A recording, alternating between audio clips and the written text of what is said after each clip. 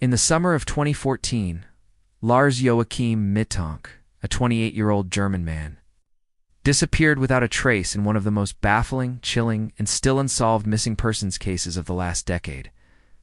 His story has since become one of the most widely discussed mysteries online, not only because of how suddenly he vanished, but because of the strange, paranoid, and almost cinematic behavior he exhibited in the days leading up to his disappearance.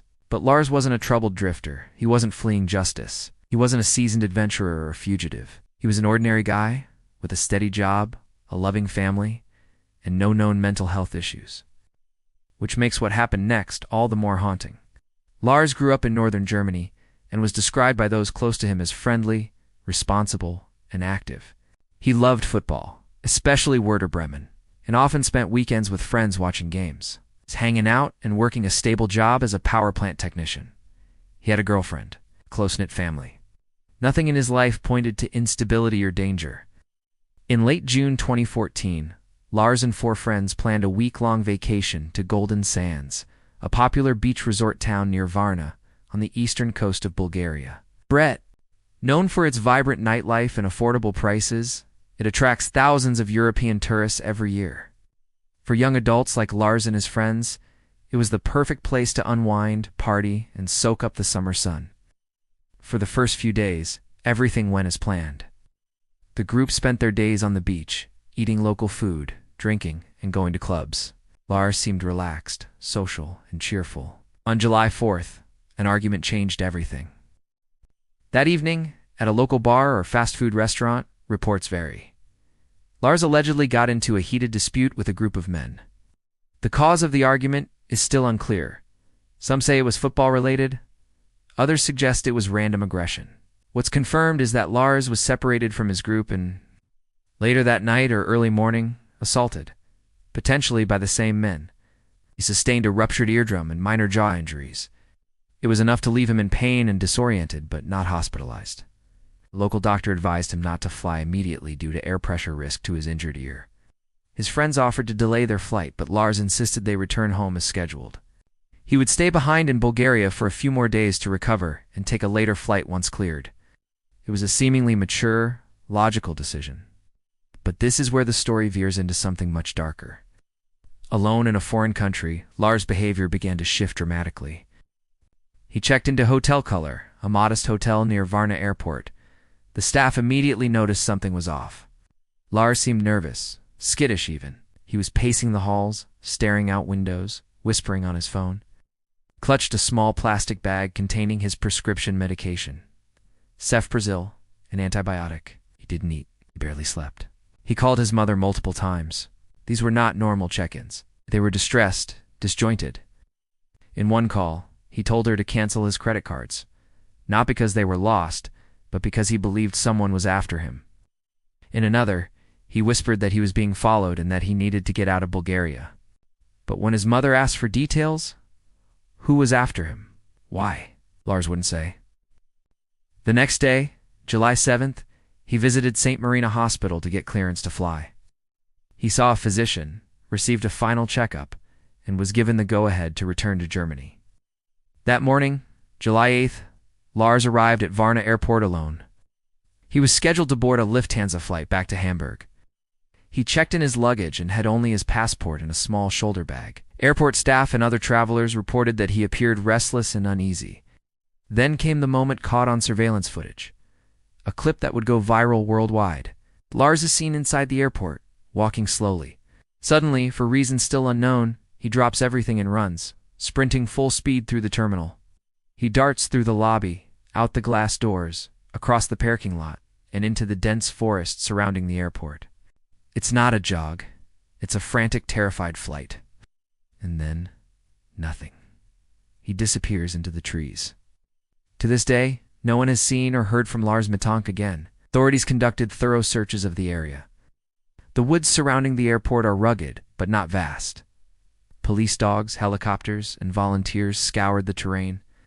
No trace, no blood, no clothing, no phone, no body, not a single confirmed lead.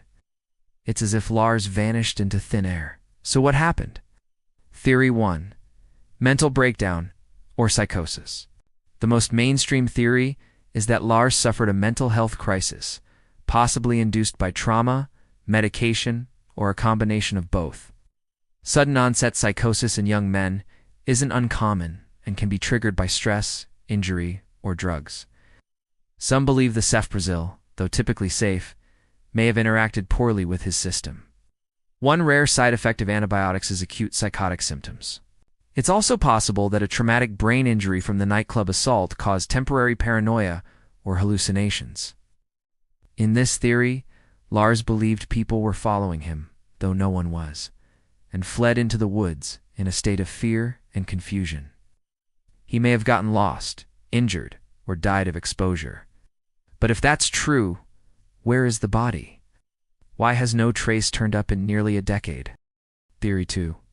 Foul play. Another possibility is that Lars was right, that he really was being followed, that his paranoia wasn't paranoia, but perception. Could the men from the nightclub have tracked him down? Was he targeted in a case of mistaken identity, or worse, connected to local organized crime? Bulgaria, while largely safe for tourists, has regions where human trafficking, drug crime, and corruption intersect. Some speculate that Lars saw or overheard something he shouldn't have and was silenced. Others suggest he was abducted after running into the forest, perhaps by someone waiting or hiding nearby. But again, no physical evidence exists to support this. No witnesses came forward, no ransom, no video after the airport, just vanishing silence. Theory 3. Voluntary disappearance. A darker, less popular theory is that Lars planned this, that he wanted to disappear. Maybe he had a secret life, a past he was running from. This theory leans on the erratic behavior, the discarded phone, the refusal to explain himself to his mother. But the evidence doesn't support this. He left behind all belongings. He drained no accounts. There were no signs of prior planning or intent to escape. Lars had no known debts, threats, or personal struggles. Theory 4. Accidental death or animal attack. Some believe Lars simply ran too deep into the forest, became disoriented, and succumbed to the elements. Dehydration, a fall, or an animal attack. Bulgaria has wolves and wild boar in rural regions. But again, if that's true, where is he? Clothes, bones, something. The airport and surrounding areas have been searched repeatedly. Dogs and drones have combed the woods. Nothing has ever been found. The legacy.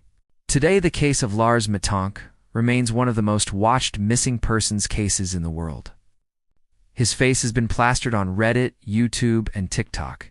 Amateur detectives obsess over the surveillance footage. Internet users have claimed sightings in Canada, Portugal, even South America, but none have been verified. His mother, Sandra Mittank, has never stopped looking. She maintains a website and Facebook page, still begging for any clue, any memory, any person who might have seen him.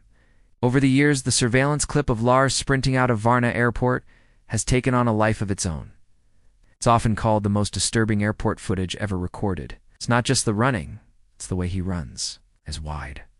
Arms pumping, as if he's not just scared, but fleeing something that we can't see. Some believe that moment captured pure fear. Others believe it captured the unraveling of a mind. Whatever it was final.